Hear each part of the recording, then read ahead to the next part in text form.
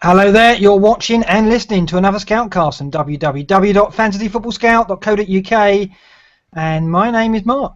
My name's Granville. And my name's John T. Good evening, gentlemen. Welcome back after the break. How was the break, Granville? How did you find it?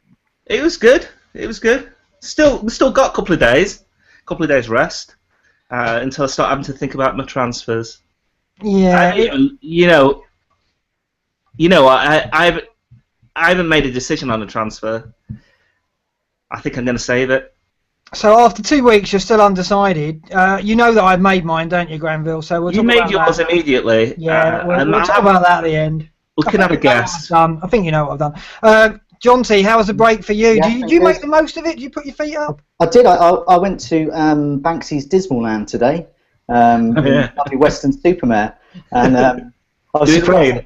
There wasn't a whole section dedicated to our fantasy season, which was quite disappointing. Oh, but it was wonderful. So yes, I've been putting my feet up.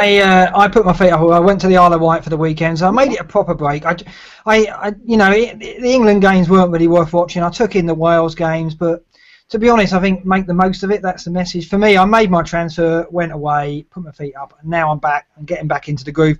Always takes a while, though, doesn't it? It takes a while for everyone on the site to get going again, and I don't know. It's very strange. The weekend after the international break, everyone's still a little bit sleepy. Yeah, I'm like Granville as well in that no transfer yet. Not quite sure what to do. You've got two, haven't you, John? I've got two. I might not even use them. See, that's interesting because Granville was said to me, I think it was even Monday after the weekend, so like 2 weeks ago, he said, John T's already made his transfer. There you are, he's panicked. He's already got Wilson in. But he was wrong, wasn't he? And it's interesting that Granville was still picking on you, still trying to cyber stalking me. Yeah. But I saw that Granville's got his own not stalker, but he's got his own fan. I noticed on the website today. He's penned a rap dedicated to you. Yeah, hence the name, Stanville. Incredible bit of work, Granville. Have you been through it? Have you recited it? Yeah. I read it, and the first thing I did was phone the fast response security team. Have you checked outside the door? I got them checking around the bushes out the back, and I don't believe that my address has been given out online. Not yet. No. That's my fear. No, and you have checked your inboxes. Did he email you? Have you been shunning him, or him or her? I can't say. I've been looking for evidence. See whether I've been tweeted and ignored it, or it's possible. It's possible that I've caused my own problems here. Tomty, do you want to explain exactly what we're talking about here? Yeah, there was one of the posters on Fantasy Football Scout, Reese Ball, was it? Has penned quite a lengthy version of an M&M's hit from way back. Dedicated to Granville seemingly not replying to his emails, but full of lots and lots of fancy football references. But if you were to read along or sing along with it, it is actually pretty perfect to that. It could be done as a cover, and we've had requests while we've been on air, actually on via YouTube, and during the day for us to kind of recreate it. Personally, I'm not up for that. I've been asked to do the Dido parts. I can see you cutting out. That's just not going to happen. Yeah. You're not much. No, not a rapper, really, are you? I'm not a hippity hopster. You can do the Dido bits, John. I'll tell you what, though, if there's anyone out there who can do a good Eminem impression, we'll want to hear from you because it'd be fantastic to get recorded. John T, how can would-be Eminems get in touch with us during this? Whilst they're watching via YouTube, there's a comment box on the side. That's the easiest way for us to see stuff. I just want to mention there that I've already had a comment from our one of our contributors and moderators, Andy85WSM, who is the WSM stands for Western Supermare. He's very concerned that I've been bad-mouthing his hometown, where Dismal Land was. I haven't at all. It was a wonderful place. I'd like to place it on record for anyone thinking of a holiday.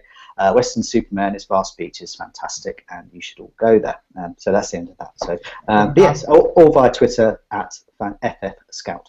Yeah, so if you can do an Eminem impression, let us know because it'd be great to get it recorded. It really is a piece of work. It'd be great to have it an MP3 we can feature. That'd be great. Okay, gentlemen, we've got the usual stuff. We're not going to do rough or the smooth this week. We're not going to go back over the community's game weeks. We'll touch briefly on our game weeks in a moment, although pretty uneventful, very close. We'll talk about that briefly. We're going to talk about the transfer window because that dominated thinking last week. I've asked you all to kind of pick out a couple of the transfer moves that have interested you. Victor Moses needs a mention, of course, because he was on the move yet again. So I've got to throw in a mention for him. And then we're going to go on to the community questions. There's a lot of them. We had a lot over the. Obviously, people have been basically a bit sleepy, a bit bored, and suddenly breaking into life over the international break. And we've got lots of questions to get through about Aguero, about the big hitters, about the mid-price bargains, Benteke. There's lots to cover, John, isn't there? Lots of new questions. Yeah, lots going on there. So I always find this week after the long gap is troubling. Troubling because players have done long distances. There can be rotation. There can be injuries.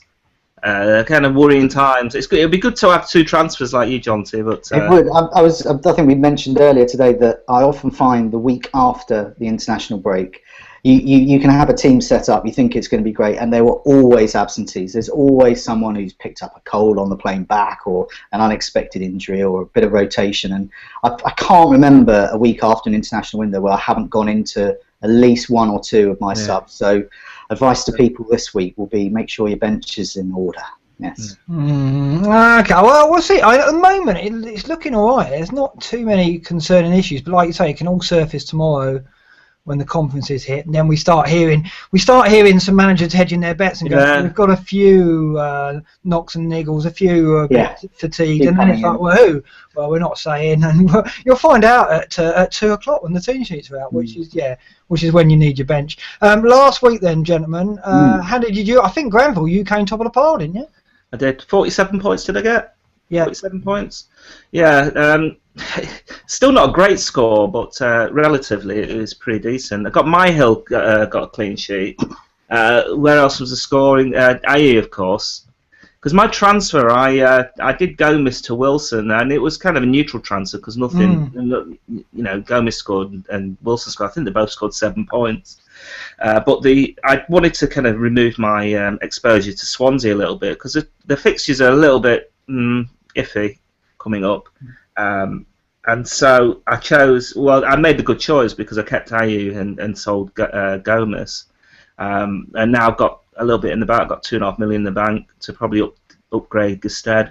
I mean, he was my sort of player this week. That home game against Sunderland. I thought he might be able to deliver, but it didn't happen. So you actually feel like losing Gomez, you're not worried about that then? I mean, he's scored in every game so far. I mean, it seems like a strange move, but I can see where you're coming from with Swansea. But actually, the fixtures are okay. They're not disastrous, but their form's pretty strong. It was really because Bournemouth had better fixtures. Yeah. Wilson had just scored a hat-trick, and I was sort of convinced, and you did the same move. You did the move, you got Wilson in, and I just thought it was a reasonably good move, and he was going up in price. I think Jonty might have done that move as well, but he didn't. No, he didn't. But he may do that this week, eh? May do. Jonty, you got 34 points. 34. So yes, not great. Yeah.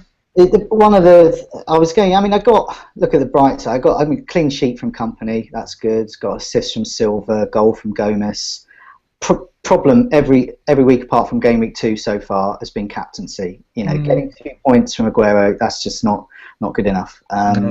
If I'd have if he'd have scored, then I'd be starting to look at 44, 45 points. Another problem this week, I was agonising over playing Wes Hoolahan over Payet.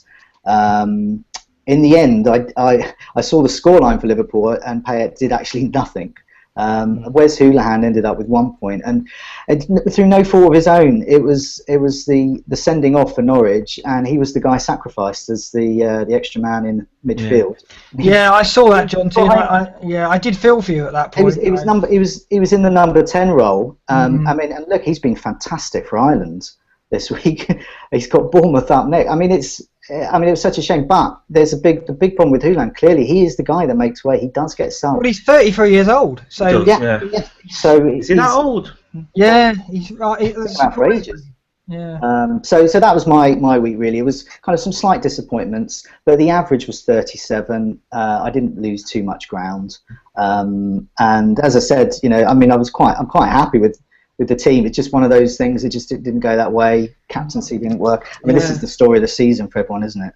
Has anyone had a successful captain yet? No, yeah, Benteke. Well, that was successful by more than fortune, more than anything, wasn't it? By magic. But, and Mark, how about your week? Well, Aguero captain, so that tells the tale there. But Gomez and Wilson delivered, and Silva assist. That kind of kept me afloat. Kolarov, of course, did okay. And, you can bank on City at the moment, other than Aguero, it seems, to get you a steady stream of points. One of Silva, Aguero, or Toure will get something, I imagine, and then the back four are delivering. So Kolarov, at the moment, with Clichy out injured for several weeks, looks to be nailed on. So you've got to, Kolarov, as we've said before, when he plays, he delivers. So and they're doing that right now.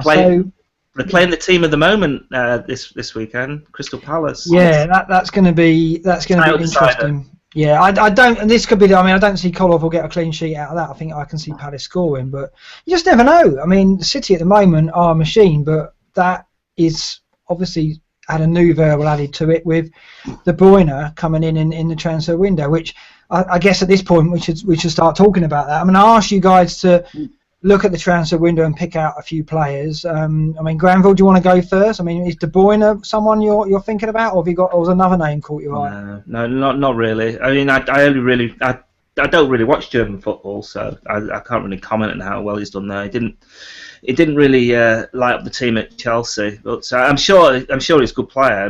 What did they pay for him? 50 million.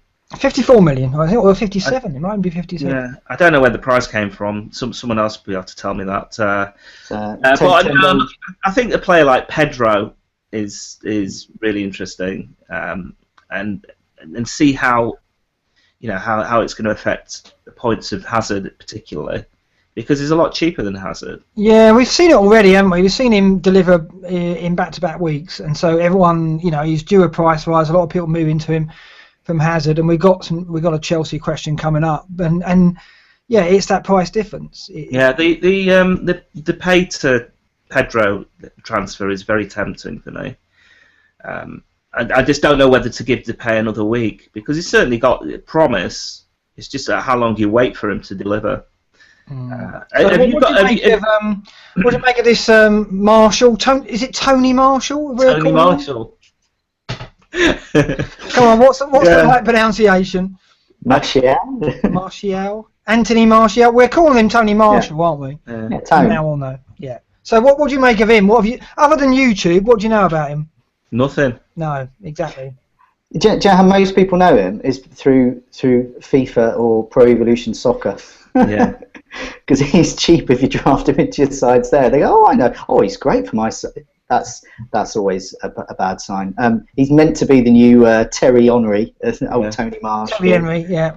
Terry Henry. I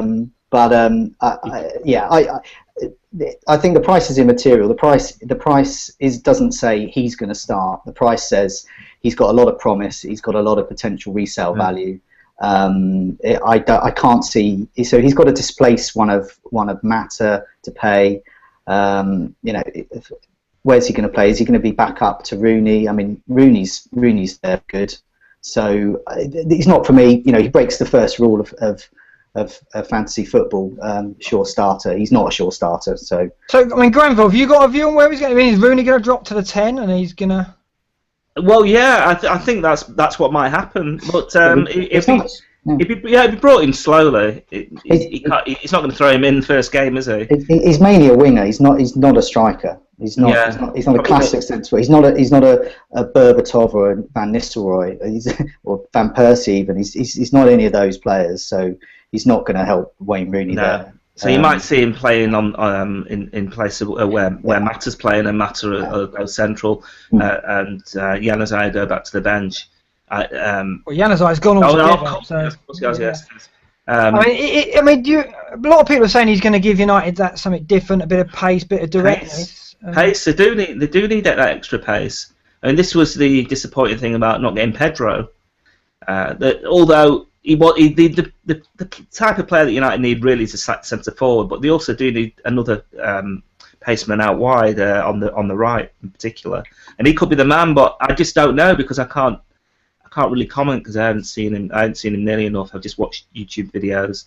If you pay 36 million for a 20-year-old, then there must be something about him. But I remember United bought a player a few years ago called David Bellion from France, and he was a bit. He obviously didn't cost 36 million, but he was a bit of a bust. He made a very good quiz question in our quiz one year. I remember that. But apart from that, he did very little. So yeah.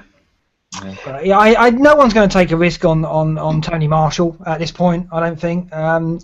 8 million. It must have been difficult to price him really from an FPL perspective because they must have been like, well, he's not going to come in and immediately have an impact. They wouldn't have thought. But then again, has he got the potential to? I mean, we've got to think. Raheem Sterling's 19 years old. People are considering him for their FPL squad, and they're not thinking twice about that. Well, yeah, but he's got experience, hasn't he? In fact, Marshall scored more goals last season than Sterling. Yeah, but it's just Sterling has just got experience in the Premier League, so it's not really fair to compare them both at the minute.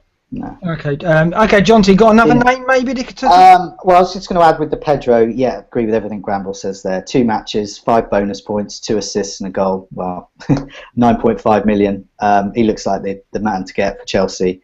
De Bruyne, I'll bring him up. 10 goals, 21 assists last season. I think he was the top assister in Europe. Yeah. So he's got Aguero ahead of him. He can play anywhere really across that front three. So he could be the number 10. The key is there. How is he going to affect Silva's points? But There's a question on it here from the community. Fiona B raised. How will KDB impact Silva's returns? Well, what's your view on that? I mean, it sounds a cop out to say we don't know, but the things to look for is who is going to end up being the Modric, and the Modric in fantasy football is code for the assist, which is no points. So, who is going to be assisting Aguero or Yaya Toure, whoever it is who is scoring those goals, who's assisting them, and who is assisting that assister? So they need to work that out. If it ends up De Bruyne assisting Silva, well then that's a no-brainer. Everyone keeps Silva. If it goes the other way, you have to make that switch. So I mean, do we think the addition of De Bruyne will automatically mean City will score more goals, or do we think that they're going to score roughly the same and he's just going to take a share of Silva's points? I think so. I think you're right. The second bit. Can City score any more goals right now? Maybe a few more, but I think you're talking about affecting Silva, but there's also Yaya Toure, who's quite well owned now. And I think and Sterling too, someone who was bought quite early on, probably in a lot of teams at the beginning of the season. He could easily affect their starting places. Maybe not Yaya Toure, but Sterling, has been a bit hit and miss so far. Might not actually start games with De Bruyne coming in. Well, the thing is, they've got Champions League now, haven't they? And they're going to go all out to do. They've got to do better in the Champions League. Pellegrini is going to have a brief to. De Bruyne's capture is probably targeted at that. I mean, they're going to go all out for the title, but they've got to do better than Champions League this year. And I think we're going to see. Well, De Bruyne is going to be, if he plays league games, as I'm sure he will. I think Pellegrini will use it to rest people across that attacking three. Now, of that, we have to hope Silva won't be one of those. You've got to think that Silva's maybe untouchable. Yeah. Navas will go, and Sterling will probably drop out a few times as well. You'd have thought. But the thing is, with Silva, he can play on the left in place of Sterling. Yeah. De Bruyne can play centre. Yeah. I think Yaya Toure and Fernandinho look to be the two who are not going to lose their places right now. So De Bruyne is definitely going to play. I think he's going to play. I think he's going to play instead of Sterling. Maybe not in the first game, but he may take his place. It depends who gets that kind of number 10 role. I think that's the key one. Whoever seems to be in that role, whether it's Silva or Sterling, scores. I mean, Sterling scored his goal in game week 4. When he was moved pretty much more into the centre. and that tells that story of how City are set up. Part of that might be because they've got Navas on the wing, and Navas runs a hell of a lot of crosses. Absolutely terrible near goal, and there's so many times you watch him and you think, for God's sake, pass it properly to Aguero, and he doesn't. He's basically what Walcott used to be before Walcott became pretty good about 2 seasons ago. Just reminds me exactly, but he doesn't seem to have progressed at all. He doesn't have an end product, Navas, and I think De Bruyne definitely has. So that's the obvious swap straight in for Navas. But I think it'll get more cloudy than that. I'm not sure. I'm just not sure about that, because I think Pellegrini likes the pace of Navas, because it's not just about what he delivers. He just opens up space. I mean, from a fantasy perspective, it's a bit of a nightmare, because what's happened at Man City is suddenly they've got strength in depth, lots of it, in those positions. They've suddenly got lots of players and choice, and this is the same problem we've had for Arsenal the last couple of years. Sanchez has been the key one, but then look at all those points Cazorla got, or then you've got Walcott, and then you've got Ramsey, and then even Wilshere, whenever he was fit, was okay scoring. So you've got all these players. So it's which one do you get in? And suddenly with Man City, we've got that problem now, or potentially that problem. Well, I think you're getting Aguero. You always get an Aguero. You don't try and hedge your bets with a midfield player. You can join in with a midfield player, but actually, one of the transfers I was going to do last week, and it was one of the things I was reckoning on was, there was two. There was Yaya Toure. It's for this easy home game against Watford. Yaya Toure or Sanya. Sanya would have got more points, but the reason why I didn't go for him in the end was just the restriction of not being able to pick at some later point another midfielder. But I think you just have to wait and see. I'm not going to start rushing into. I'm not going to pick any City midfielders at the minute, even Silva. I think it's just unwanted, isn't it? At this point, we had City worked out. We thought we knew that they were going to be a steady supply of points. They were looking solid at the back. Silva was supplying. Aguero will come good eventually, of course. Now there's a lot of unknowns, and it's kind of not back to the drawing board, but we want to watch the Palace game very carefully, and particularly, like Jonty says, the number 10 role. Okay, at this point I've got to bring in Victor Moses, of course, who comes back in 5-3. I won't be looking at him. 1 of 4 captures West Ham made. I mean, under normal circumstances I'd look at that, but of course they sound Antonio as well, who, being a Forest fan, I know all about Antonio. 6 million. Quite keenly priced. I wanted him to be 5-5 because then it'd be a no-brainer. 6 million, he's come in. You still want to watch him settle in, but I can tell you now, Antonio could be, he could be a real deal. He could be another one in that price bracket where people scramble for. Will he start? And if he does, who's placed? Well, this is it. I think he will start eventually. I think it'll take some weeks, but he's probably the most direct winger I've seen for many years, and he just runs. I mean, whether he'll be able to do it in Premier League is a different thing. But is he like Navas? For Forest, no. For Forest, we were just getting in the ball, and his size and speed was too much for defences to cope with. And he scored 4 goals in 4 appearances this season. He scored, I think, 14 last year from the right wing. So, and he's good in the air. He's just a handful, and he is going to get. If he gets a start, I think he'll get double figures for goals. So I think 6 million, he's going to be really interesting. The other one I want to talk about is Johnny Evans, 4'8", Granville. Johnny Evans is a big fantasy Premier League troll for us. Often a player you get in, then he gets injured or loses his place. West Brom now, is he now a factor? Do we know that is he going to be starting this weekend, do you think?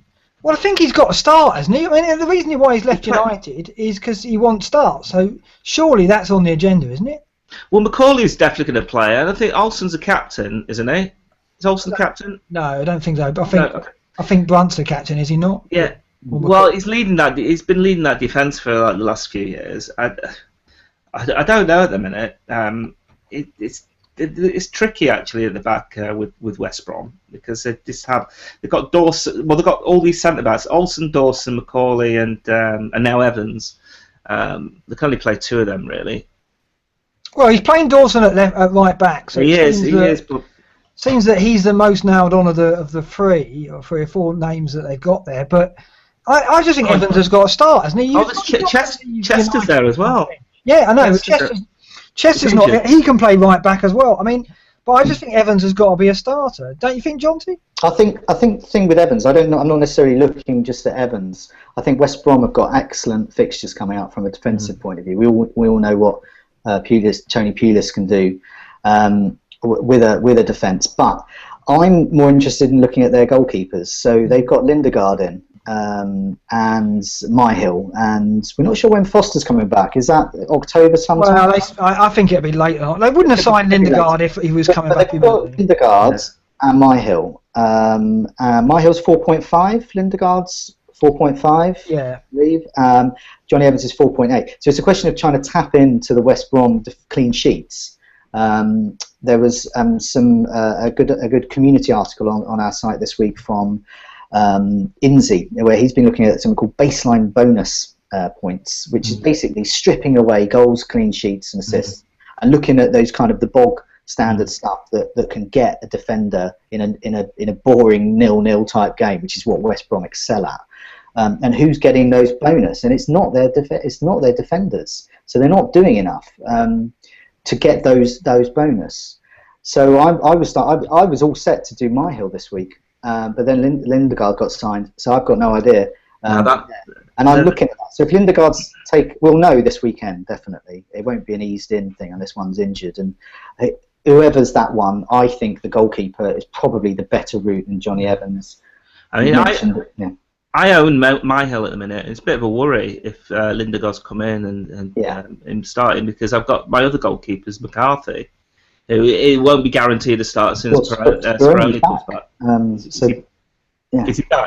Is he back? He's back. He did an under-21s match, got through that fine, so he's back ready to go. But will he? Yeah. So you've got potentially you've got two goalkeepers, or potentially you've got none. So it's tricky, but I'm waiting on that. I'm partially interested in Johnny Evans, but I've never known him to be fit for more than 3 or 4 games. This is it. He always troubles in some way, doesn't he? So, but I mean, I think if you're Lindegaard and Evans, you're not going to leave Man United and then sit on the West Brom bench. If they're negotiating contracts, they're going to go, I want to be assured of a start, aren't they? That's the first thing you're going to do. So they're going to start. There must be an arrogance with all, and a good thing as well for all Premier League footballers, whether they're on the bench, that he would believe himself to be good enough to replace Myhill. Myhill will believe himself good enough to keep that number 1 jersey. So you've got that. So there's no guarantee. All we can do is sit and wait. If you haven't got any of the West Brom, just leave it a week, and then we'll know more after this weekend. Yeah, but I would be massively surprised if Lindegaard doesn't come straight in. Yeah, no, I mean, I'd be interested, because I'll get him in. If he's starting, I'll get him in. Yeah. I've got one more name for you. Go on. Really unfashionable.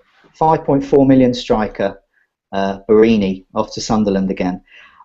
So he's 25 starts in 2013. He got 7 goals and 2 assists. So that's fairly reasonable for that type of price. But he only got 3 starts last year, so obviously, can't get the points if he's not playing. Now, the reason I think, obviously, Defoe is currently the main man there, but Defoe's getting on a bit. I can't see Defoe lasting the rest of the season, and I'm thinking that Barini is going to be a pretty good differential when Sunderland's fixtures get good and when it's becoming obvious that Defoe's legs are not going to cope with the rigours of a full Premier League season. He's got 0.1% ownership. I think he's a nice cheap differential. Keep an eye on him. If he's starting to get starts, the thing is, he was great at Sunderland. He obviously didn't want to go there last year, but he was great for him, and he was a great source of fantasy points for a cheap price before. I think he'll do it again. Yeah, I mean, the thing is with Barini as well, it's all about penalties. If he gets penalties again, which with Gomez out the team, you've got to think that he will. He does become an option, and that price as well. Sunderland's fixtures are picking up as well. I mean, and Lens, for all the problems that Sunderland have had, has delivered in every game so far. So I think Barini has got potential. Not going to mention Glenn Murray, an old friend of yours, of course. No, the reason is it's once again it's that old thing about will he start? You've got to be guaranteed starts. And with Barini, I'm not saying he is at the moment, but I think he will be later in the season. But with Murray, I think he's there. He's an older, experienced Premier League goal scorer now. He knows how to win and perhaps arguably win dirty. And I don't argue with that. I absolutely agree with that. Yeah. And I think he's there for lots of reasons. I think he's there to give competition to Wilson. I think he's there to cover some cup games. I think he's there to be a good sub coming on. I also think he's there for training as well, because Wilson's a young man as well. So he's not an experienced. He's got his hat trick there, but Murray's there for lots and lots of reasons. Jonty, you're not clinging to the hope that Murray is Wilson's gonna get rotated, and that's why you're not. No, I don't think. If you know, as I said, he's there to help Wilson. He's there to make Wilson better. To offer. I mean, what competition has Wilson got at the moment? Well, if Murray hadn't signed, there isn't one really. No, and I think with Gradle out, I think Murray will play probably. I think Murray will play up with Wilson. I think they'll. Yeah, I think that's. It basically gives the manager options. He's a good manager. He knows about tactics. He's not one of these managers that comes up and says we're going to play it our way and to hell with it. He will adapt in games, and if a game requires two up front, he'll do it. Would I get Murray in? Well, as I said, you don't know whether he's going to start, so I personally wouldn't. But I mean, he's currently more expensive than Wilson as well. You've got to think Wilson will hold penalties. So for the ultimate fantasy Premier League game, which is the game where you get match days, so you can bring players out within a game week, I think he could be a good purchase in that actually. Because you don't know whether he's going to start. If he doesn't score, well, you can just take him out. Yeah, no, fair enough. Okay, yeah, so we won't be getting Victor in, but I might be looking at Antonio, and I might risk Johnny Evans if Lindegaard doesn't get in, but I think he will. But I think a West Brom defender, yeah. I mean, looking at the fixtures coming up, definitely worthy. I mean, we've raised Lindegaard in the watch list. I'm that confident that he's going to play. I'm going to have egg on my face after Saturday if that isn't the case. But I do think that's more likely the case. I don't think you can get Myhill at this point. I think it's too much of a risk, and I think Granville, you could be in a bit of trouble. I do think McCarthy will hold his spot though. I think Speroni's days are at number one at Palace are over. I think Pardew likes McCarthy, so I think I've got McCarthy as well. So I would say that you wouldn't change the win. I mean, Palace are playing so well at the minute. Yeah. Even the key, even if they're letting in goals, you don't change the winning side. No. He's going to play, but they're playing City next game. Who knows? I'm going to start with Myhill at home to Southampton, but if he doesn't start, then I'll be looking at a keeper swap this early in the season, which having played my wild card, which would be a bit disappointing. It's a painful one, isn't it? Having to change a goalkeeper transfer. That's never a nice transfer to make, really, is it? The thing is, I think you've got McCarthy as well. I think he sort of made it a calculated risk getting him, because at 4 million, I don't know, I couldn't resist it. Yeah. Well, there's just a chance he'd hold his place, and I think there's a good chance of that. We'll see. We'll get our answers very soon. Questions for the community then, Jonty. Yes. Some interesting ones. We've already had one on De Bruyne, but we've got plenty more up our sleeve. Sticking with City, there's a few on the international break, isn't there? Yes. So we've got Kings of Leon asks, will Aguero travelling back from the Americas affect his output on Saturday? And is Alexis Sanchez the better captain option? So there's kind of almost two questions there. I've anticipated this question. I had a look back at that wonderful game week 8 last, which I always go on about, where Aguero got his hat-trick. That was on the 18th of October against Spurs, 4 days before he was in Hong Kong, where Argentina were playing Hong Kong, unsurprisingly, October the 14th. 3 days before that, he was playing Brazil. So there's a lot of air miles were clocked up there. He was an unused sub in the Hong Kong game. But nevertheless, he was coming back from Hong Kong, and he did play against Brazil on October the 11th. So, well, this is after the game. This is before. This was before. So the question is, will travelling back affect his output? Well, he hasn't had much output, has he? So far this season, we all know. I think we'll improve his output.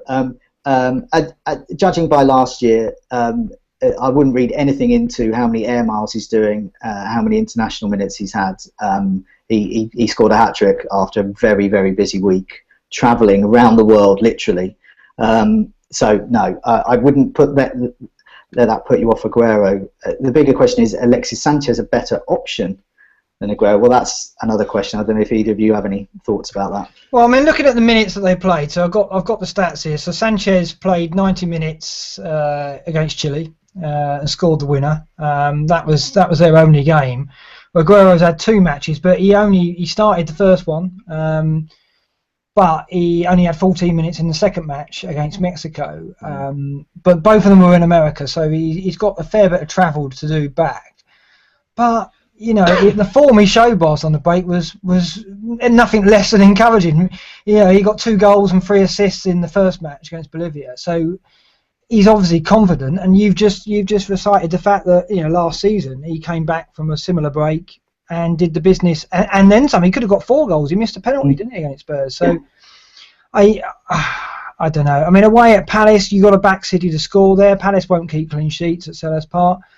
And Arsenal own to Stoke. You've got to think, that's a good fixture. Sanchez he's explosive. He could deliver.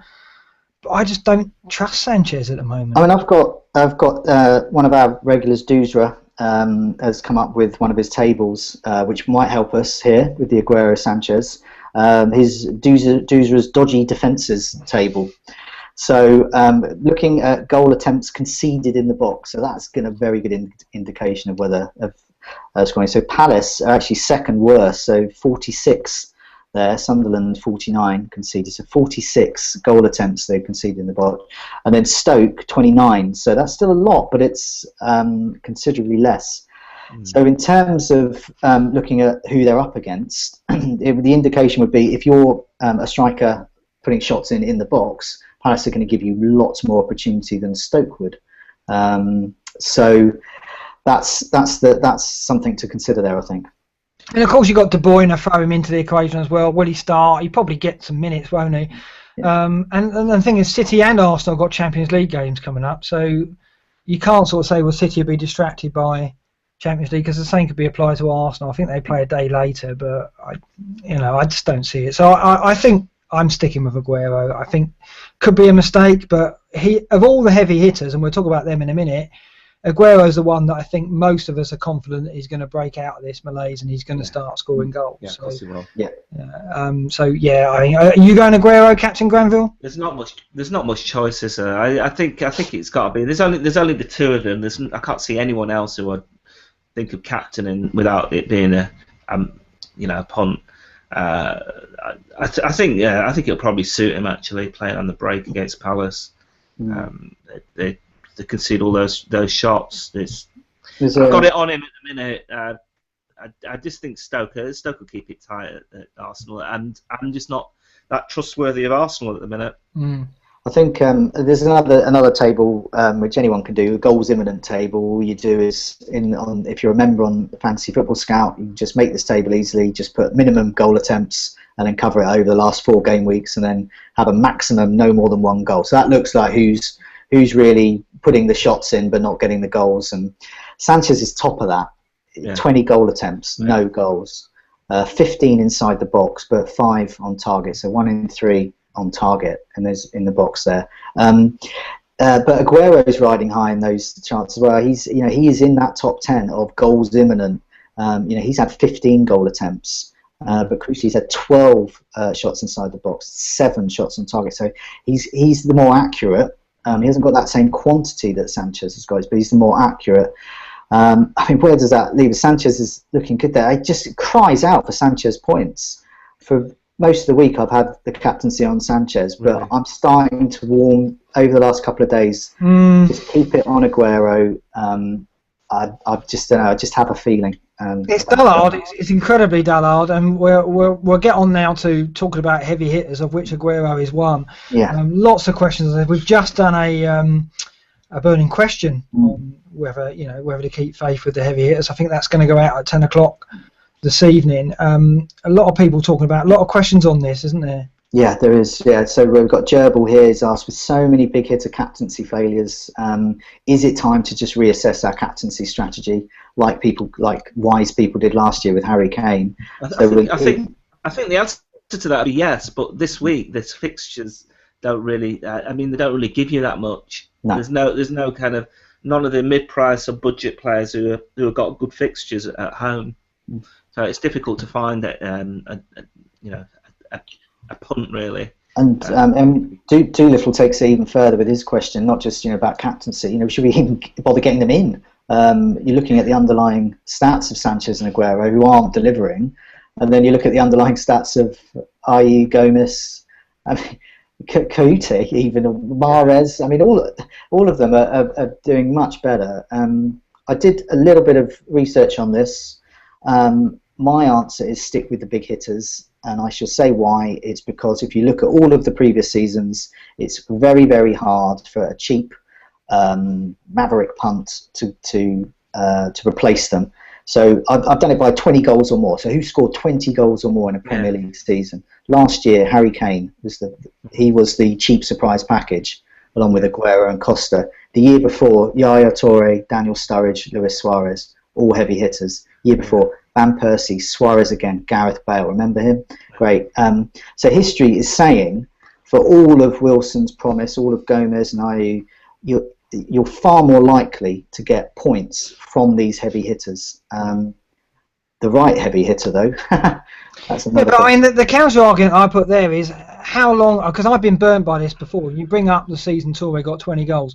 A name to mention there is Aaron Ramsey, because I was in exactly the same spot here as if you look at players like Ayew, for example, who started the season on fire, and there'll be people who are going, well, he's 7.1, 7.2. He's not going to keep that up. There's no way he's going to keep scoring at the rate he's scoring, right? And he won't. I mean, he's got 3 goals in 4 games. But I was saying that about Ramsey, and famously, I played my wild card in game week 5, put Ramsey in, got the money, and at this point, on the eve of kick-off of game week 6, or game week 5, I took him out because I thought, yeah, Ramsey started the season really strongly, but there's no way he's going to keep that up, and he did. But you've got to look at it cost me. But you look at the teams they're playing for. So it's not just in terms of all those names that I mentioned, all those heavy hitters, always in that 20-plus goals club. You're looking at who are the teams who are scoring those goals and getting into those top 4 positions. So you're looking at Man City. So Yaya Toure plays for Man City. They're a top 4 side. You know, they're challenging for the title. They'll probably get it this year. Got Arsenal once again, top 4 side. Now Swansea, for all their attacking guile and impressiveness, I think they're not a top 4 side. I think they could, if they're very lucky this season and keep this up, they could be 5th, even 6th, 7th probably, which is great. But that indicate that the same level of consistency that you're going to get from a solid Man City player like Yaya Toure was and is, and like Ramsey was as well. So that's why I look at it. I'm looking at not just the player, but the team as well. I mean, I think the question should be, looking at all the heavy hitters from last season, why aren't they performing at the minute, and at what point are they going to start performing?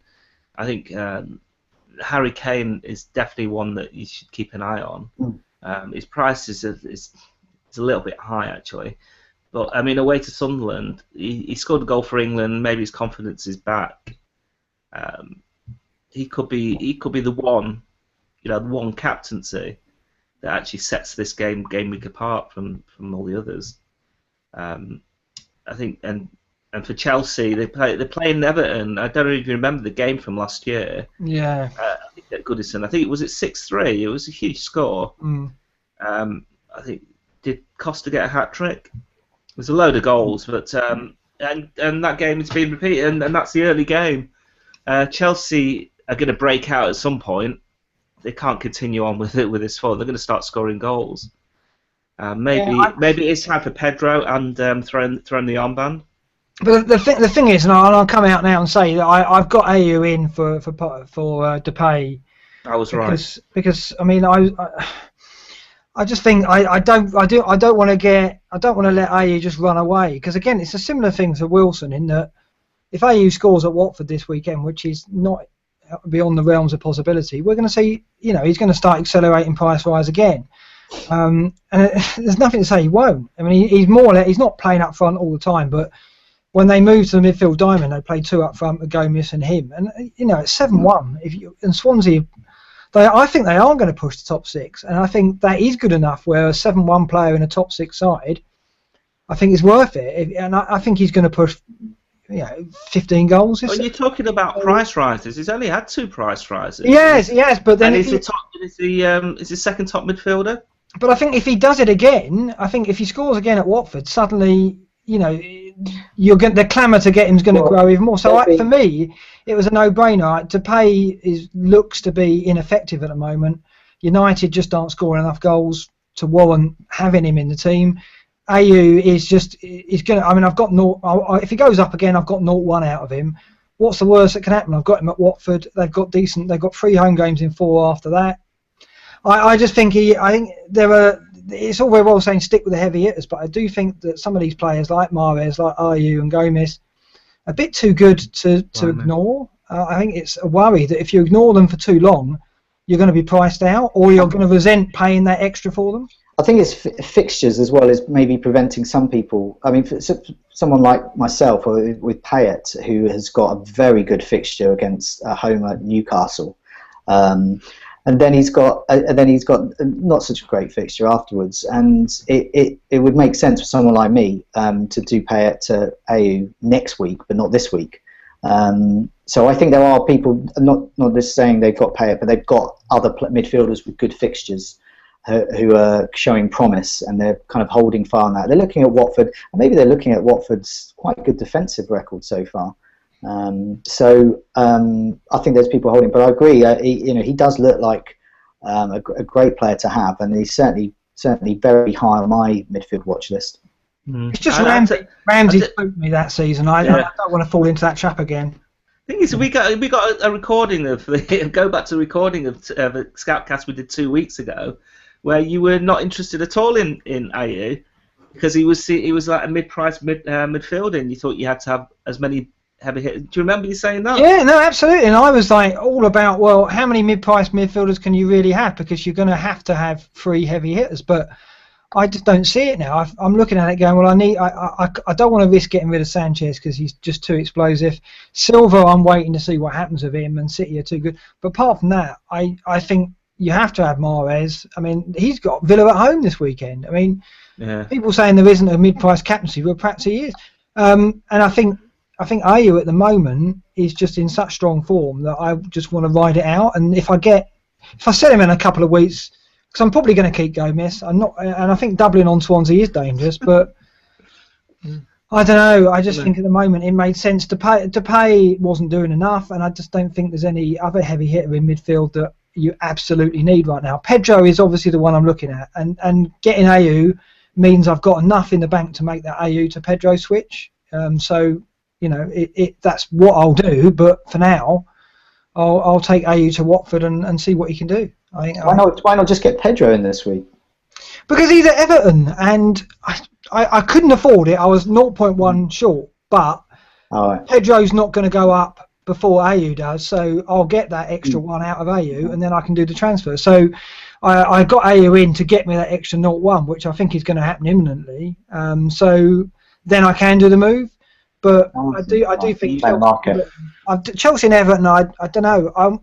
I think we can sit and wait for Chelsea to find some form. I don't think they're going to go from the form they're in now to winning 5-0 at Everton. They might get a result at Everton, and then it's time to look at them. But I don't think they're just going to flick a switch and it's going to be goals from everywhere. I think it's going to be a gradual rediscover confidence, rediscover form, and that will give us that time to maybe look at Pedro and Hazard again, and maybe Costa, of course. So, more questions, John. We've got some questions on Chelsea, haven't we? Yes, we have. So we're looking down at Chelsea. Rolls Rios has asked, when are you guys thinking of getting some Chelsea cover? Which one looks best value? Thoughts on Costa this season? He asked you that in particular, Mark. Yeah, what do you think about Costa then? Well, I mean, I swore to avoid him because of the controversy with yellow cards, red cards, injuries, of course. And I think I'm going to keep that policy. I think Pedro's given us the route in, so you don't have to take that risk on Costa. I agree he looks the most effective at the moment if you're not going to go Pedro, but I don't want to look at it. I mean, as I said, I think Chelsea got Everton away, then Arsenal at home. So I think we're going to get at least 2 weeks before we have to start taking them seriously again. Then they have a run of good fixtures, and I think from game week 7 onwards, I think I'll be looking at Pedro probably. Yeah, I mean, I'm similar with. I've got these 2 free transfers. I'm aiming to keep 2 free for basically for Pedro, really. Looking who to get in and out, not sure yet. Sanchez at the moment is not worth 11 million. If he doesn't start, basically, Sanchez doesn't score at home against Stoke. He doesn't do well there. Given his current form as well, then that's the end of it for me, because that's 11 million for someone who's doing that. So that's not good enough. And then he's got Chelsea next. So I would be looking at that Pedro move at some point around that, possibly even that Arsenal game, but probably the one afterwards, and just seeing who that. It may be if Sanchez starts firing this weekend. Well then I have to keep him. so I have to find out where to get Pedro. So where's my Pedro money coming from? But that 2 free transfers means maybe I can move, downgrade a defender. Maybe yes, Wilson that we've mentioned, 5.5. He could be 6 by then. When's Kolarov coming in? I don't get it. Come on, when's that happening? Never. No. Well, it might happen this weekend. I mean, I've got to use a transfer. It depends what he does. I think you know what, right? I mean, what you can do actually, if you've got 2 transfers, you can downgrade Sanchez and still keep an Arsenal midfielder if that's what you're worried about, and still have that extra transfer to spare. This is a real crunch match for Sanchez. It looks so good on paper. His underlying stats are so good. Yeah. He just looked absolutely prime for points. I could be disappointed. So it's not the game. Arsenal at home to Stoke with Sanchez putting all those goal attempts in, it's just not going to happen. But the week after, yeah. Maybe the way to do it is to get double Arsenal midfielders in, upgrade, get Ramsey or somebody. Well, let's just go. And then if Sanchez hasn't done anything this week, then that's the point that you downgrade him. That's just going in the realm of coverage, really, which doesn't really. I know, but it's always a worry, isn't it? Because I'm just thinking, well, I'd like to lose Depay, but I want United coverage because at some point they're going to score some goals, and I don't want to leave myself. I think if you've got Shaw in your. I've got Darmian, so I do have United cover. If you've got Darmian or even Shaw, I mean, I was really impressed watching Shaw play for England. Yeah. I was absolutely. That United spent all that money on. He looked absolutely. He was, so going forward so much, so good. I was really, really impressed and kicking myself. I didn't get Shaw. The thing is, John T, what Shaw was doing, he was going on the outside of Sterling, just like Kolarov. So basically, all that Hodgson was doing is watching Man City and watching Kolarov going, just copy. Kolarov does. So if you're impressed by Shaw, just get Kolarov. Just give into it. The thing is, to get Kolarov, it would be getting rid of Company, which I'm happy to do. Do it. They're going up the same rate. They're permanently at the moment $500,000 gap. That's not I might do that move as well because that's a $500,000. We just want you to do it to prove Granville right, basically. That's just admitting a mistake, a wild card mistake. Yeah. And don't worry, John T. We'll let it go. We'll just go. We probably won't even mention it. Yeah, if I get Kolarov in and Company scores and Kolarov gets sent off. The thing is, you have to do Diouf to Wilson. You're going to do that anyway this week. I'm sure of it. Especially if Diouf's got an injury. Yeah, that's the one I'm looking at. Yeah, definitely. Yeah. Another question, John T. To round off. Yeah. Well, this is quite a good one because it's what we're talking about here: transfer timing. Now, Mark, you've been making some early transfers this season, and myself and Granville haven't so much. I'm going right to the wire on this one, and so when is the best time? Granville, what's your take on transfers? Is it worth it or? Well, there's not much movement really, and especially over this 10 days of this international break, it always seems to. It was the case last year as well. The best time to do it is as late as you can, but then you're going to lose. But it's a price drop, isn't it? Or the price rise that you're going to be affected by. That's the problem. You make the early move. Is that the question you're asking me? Yeah, that's it. I mean, making those early moves. I mean, we've had this question come up so many times, and there's no definitive answer. I mean, last season I did much more early transfers, but this season I'm quite happy to wait. So, for example, Wilson, if he goes up to 6 million, it's fine because I'll be transferring out a player who's 6.6 at the moment, or 6.5 my selling value for him. So he's still more, and if Wilson's going to be this amazing Harry Kane figure that's being touted, well then great. If I've got a great striker for 6 million, so I'm not too bothered. But I can see why people do it, and I think it's dangerous with especially during internationals with injuries. But I think if you really do need that 0.1, and it means the choice of getting a player or not, then you have to do it. Yeah, and I think for me, it's always a gamble to go early. But I looked at it, and you say it doesn't matter if you get. I mean, if you get Wilson for $6 million, it doesn't matter. But that is 0.4 more than I paid. And then if you get Ayew a week later than me, and you have to pay 0.2 more than I paid, it does start adding up. And it's about when you're ready to commit to these players. And like if you, as I said with Ramsey a few years ago, I delayed committing to him, and then I left it too late. He was about 1.9 more expensive than you bought him, I think, at 5.7.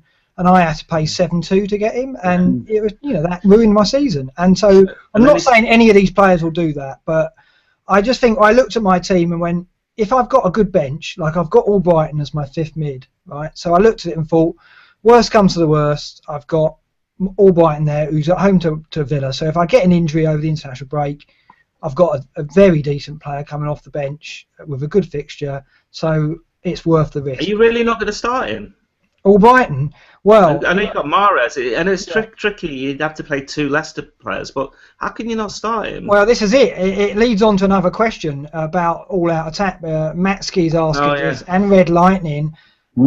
I may well go all-out attack because I've looked at it and gone, well, I've got Shaw at home to Liverpool and Kolarov away at Palace, and then my other defenders, they don't look like they're likely to keep a clean sheet. I've got Elphick at Norwich, and I've got Richards. Who is where's Richards? Richards who is away from home, I believe. So I don't, and Gomez at United. So I don't have defenders who are going to get me at sure clean sheets. Whereas Albrighton, not only is it home to Villa, it's his former club. So there's always that in the back of my mind going, well, against his former boss, is he gonna turn it on?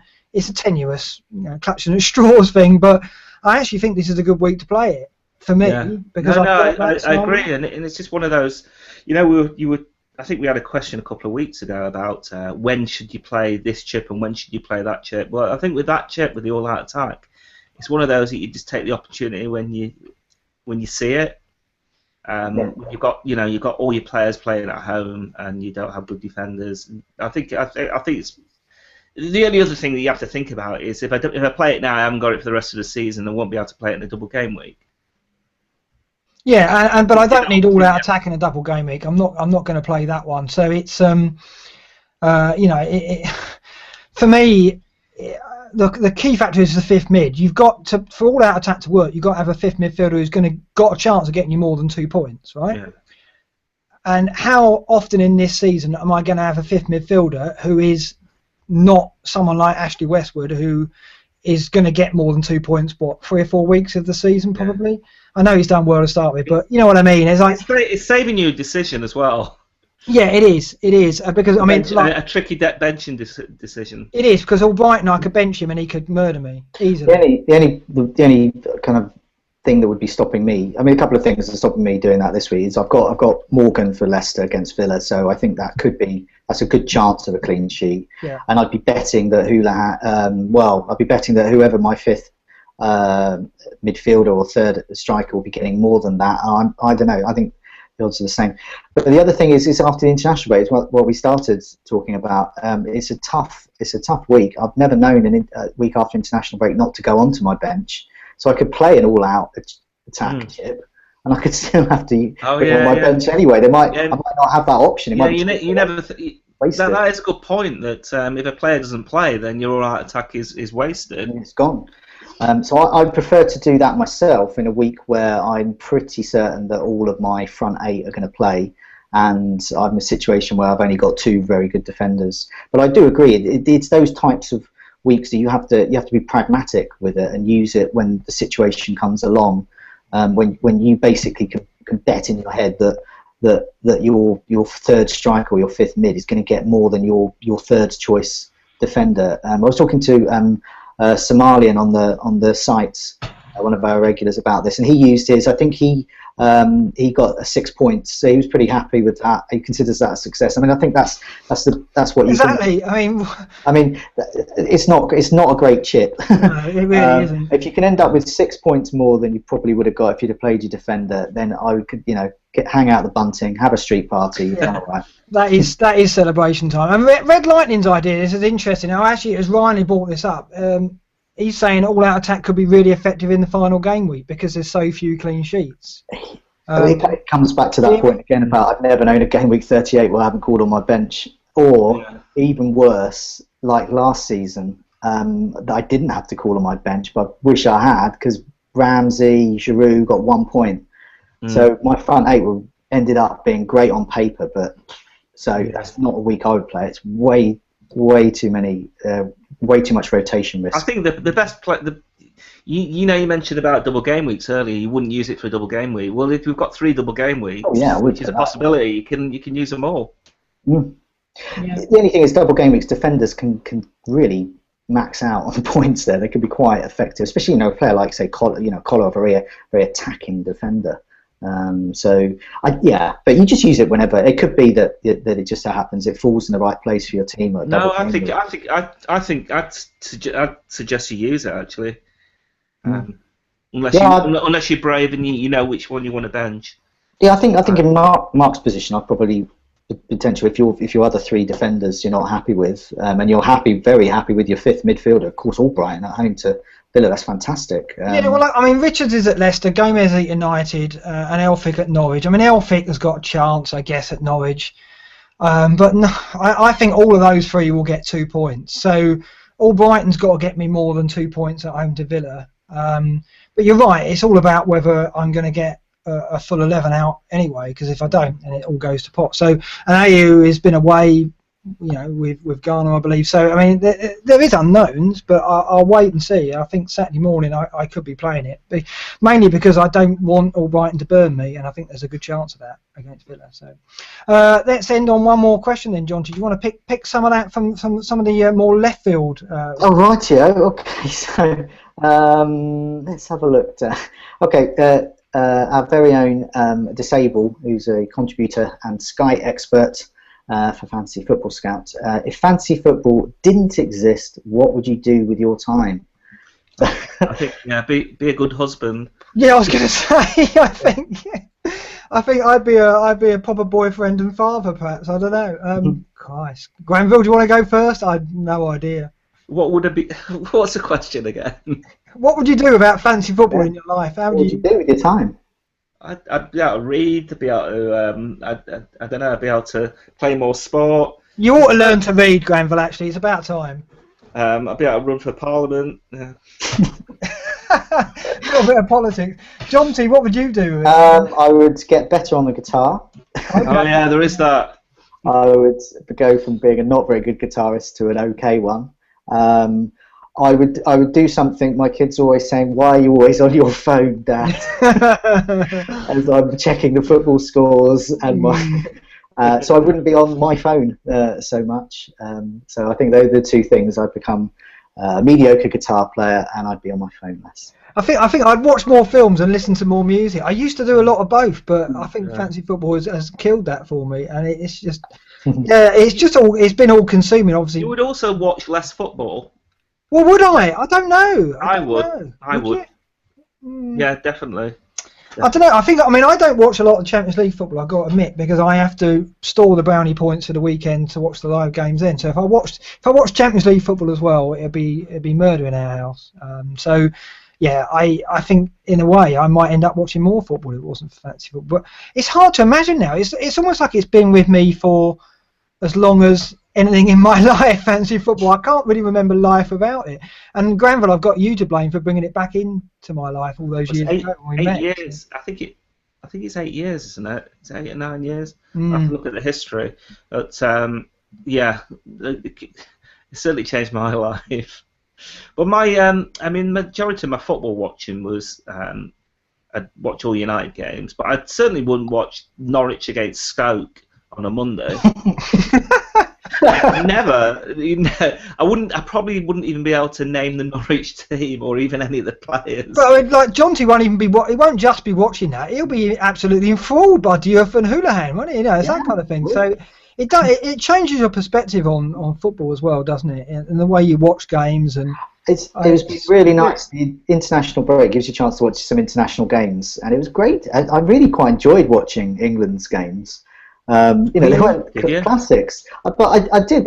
Wayne Rooney got his 50th goal. It's always good when you see like a really momentous occasion in football like that. All the smiles there, and I was really impressed watching Shaw. I was really impressed watching Shelvey in against only San Marino, but it was great to see. You know, some of his, I mean, they made him look like Pirlo, but it was good to watch those games and watch the players, but without any points riding on it, and it was just nice to watch just footballers. And it's actually our 10th season, Mark. Yes, it's a centenary season indeed. Yeah. Centenary. Well, 10-year anniversary. 10-year centenary. Yeah. Well, you know what I mean. Centenary. Yeah, you know what I mean, Stanville. One thing to say, it's quite interesting. There's a thread which we haven't mentioned yet, which your mum's Athletic raised, which I just want to mention, which is actually linked to this, because it does seem that he had a date. So he's a fantasy football manager with a love life going on, and he went on the site to ask for some dating advice, and it was quite interesting seeing some of the reaction there, quite typical of fantasy football managers. Lots of people saying, don't keep looking at your phone, don't go on a Saturday. These are vital tips. Don't go when there's football playing, for Christ's sake. There were some good ones there. People asking, ask her if she got Harry Kane in when he was 4.8 last season. Yeah, always a winner. When do you use wildcard strategy? Always get that out. Always, the ladies love that on a date. But it reminds me of when I went on the first date with my partner, with my fiance, I should say, relegating her to partner. She asked me. She said, so do you like football? And I was like, how do I handle this one? And it's like I played it down a bit, and then as the years and months and years went by, obviously the true horror unveiled itself. So I would say, don't mention fantasy football. Don't even mention football. I don't think it goes down very well, does it? So you disappointed us slowly. Yes, well, in more than one way. Yeah, I still keep doing so. Yes, thank you, Granville. Yeah, it's been a pleasure as always to have you on the Scoutcast, you guys. I don't think we've got any dating advice that we can offer that, Fred, but it was amusing reading, and hopefully we'll have an M&M recital in a few weeks' time when Stanville comes to life. That'll be amazing. And stop stalking Jonty's team. Jonty, transfers this week. I'm sure Granville already knows what you're going to do, but you've got two of them.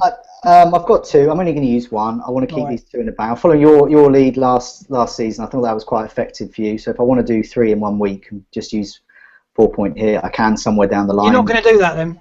I'm not going to do it. I'm not going to do it at the moment. But I'm going to do it down the line. I'm just going to use one this week. I did want my Hill in for Ruddy. I don't think Norwich goalkeeper's doing it.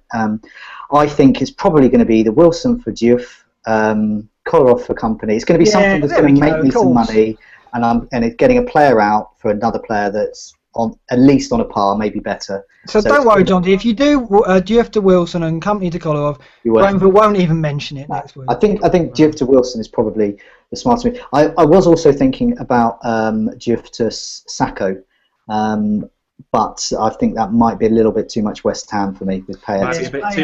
That might be a bit too much Maverick for you. A bit too interesting for me. I'd like you to be more stubborn though, and this is what I was trying to do, because I don't want you to get lots of Wilson. No, I want to try and beat it this season. So I don't want to get better players like Wilson and Kolarov. You're playing. I was just trying to like make you stubborn, and it's not going to happen. I was just being pragmatic. He's doing the right thing. Yeah. Jonty's not for turning. You're not going to play mind games with Jonty. He's too long in the tooth. Granville, what are you planning? You've only got one transfer. What's up your sleeve? I don't know. I might do Depay to Hedro. It seems like the obvious thing to do. I think, and get in there a week before you do, because you're going to get him next week. Because I'm just copying you, basically. Well, that's it, isn't it? I mean, the thing is, if I leave it till next week, you'll have him anyway, so it's pointless. I might as well try and get some points away to Everton. But I fancy goals in that game, I really do. Well, we'll see, and then we'll all be jumping on Chelsea, and then we'll all change our mind about the mid-price and the budget midfielders. And so it goes. This season has been a bizarre one, and very unpredictable. So who knows what we're going to be saying and talking about next week? But I do know, Jonty and Granville, you'll be joining me, and it'll be another interesting Scoutcast, and we'll see if Jonty's made those predictable transfers. I think he's going to surprise us. I think Granville is going to surprise us. I haven't for 8 seasons yet, so we can start now. There's always a first time. It's a good night for me. Good night. And good night from me.